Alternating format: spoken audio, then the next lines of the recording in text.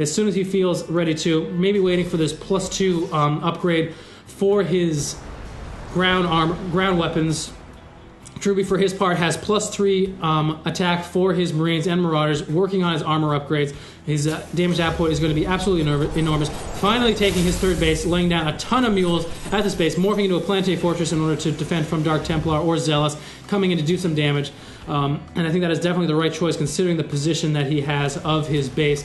It's a little more aggressive taking this position here than taking this one right here. You might be able to get away with an orbital command against Protoss at this spot, but you definitely want a planetary fortress at this position over here. And now we have Drewbie just doing his best to max himself back up and out, doing a bit of a drop up here, doing a lot of damage to probes, taking down a ton of probes, doing a huge amount of damage, and now we have him definitely in control of the worker kill count, able to claw his way back into the economy game, almost even up on the economy, and with those mules he's able to do quite a bit of mining without the necessity for having exactly the same amount of harvesters as in control. But unfortunately for Drewbie, it looks like in control has stockpiled just an enormous bag of resources. The minute he loses this army, he's going to be able to reproduce it in a huge way.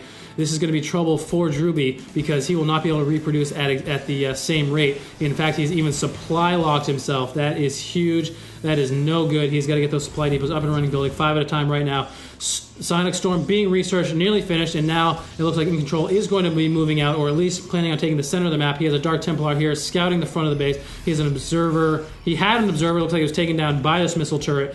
And now we have another proxy pylon being set up here, but with this other sentry tower, keeping an eye out of the movements of in control. Drewbie's going to be aware of exactly when he is setting himself up, and it looks like this little scouting party of Marines is going to take out the pylon and go for take out the probe, go for the pylon, but shoot away by this Dark Templar and these Stalkers.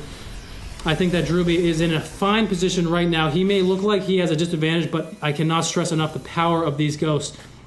In control has got to get in there. He's got to feed back those ghosts with High Templar. If he doesn't, he's going to be risking his army and the game, despite his bag, despite his upgrade advantage, despite his economy advantage. A couple of well-placed EMPs can utterly annihilate a Protoss army. All those shields, all that energy, and even these Dark Templar being revealed is just an enormous blow and reduces the combat effectiveness of a Protoss army immensely. And now we have storms coming in for the Templar, chasing away those Vikings. I think that in control is looking for the ghosts, but Drewbie is very cleverly hiding the ghosts. I cannot even find them. Feedback on one medevac, goes over here, hiding in the back here, realizing that in control is looking to feed back all those ghosts. He does not want that to happen. He wants to hide those ghosts as long as possible, and he's even researching personal cloaking for the ghosts so they will not be able to be seen as they move up and launch their deadly EMP rounds. And it looks like we got a nice little snipe going down on that High Templar, but not before a huge storm goes down, getting all those Marines in the red, wasting that medevac energy. Another High Templar coming in, but 2 snipes go down very quickly. Snipe only costs 25 energy, dealing 45 damage. 2 snipes will kill a High Templar.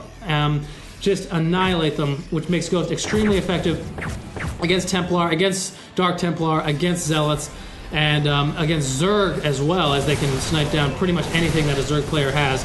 And look at this, moving in with a small squad of Marines and Marauders in order to snipe down these High Templar. And it looks like in control is slowly losing control of the center of the map. He is got to get the feedbacks on those ghosts before he engages. If he were to move in right now, I think he'd have a hard time. And here they come, big MPs destroying all the energy on those sentries, missing the sentries, destroying all the shields on the army for the Protoss.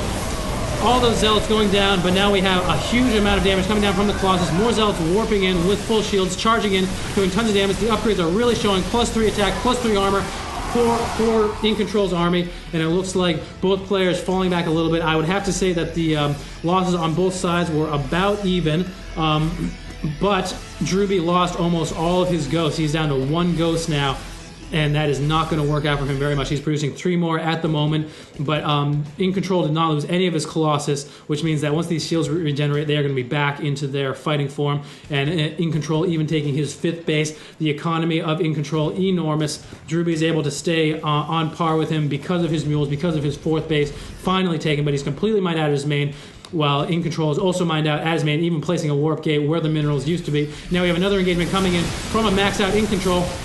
We're going to need to see some good EMPs coming down. It looks like In Control is forcing Drewbie back. forcing him to give ground. These Colossus going to town on the back, but tons of EMPs, destroying all the shields on the Protest army, and good splits, good stims, good movement by Drewbie, able to do tons of damage to InControl's army. And now we have Zealots warping in, but all these Colossus that have gone down, and great movements back and forth. More, however, Colossus coming in, more Archons, more Zealots pushing through. All these Marines and Marauders are in the red.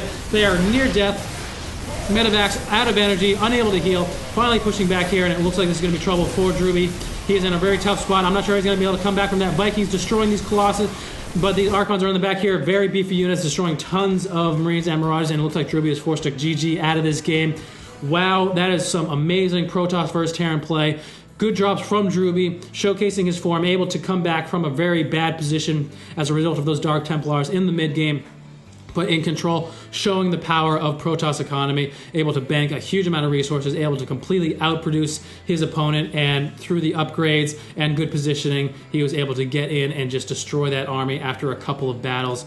Great game from both players. I will see you next time.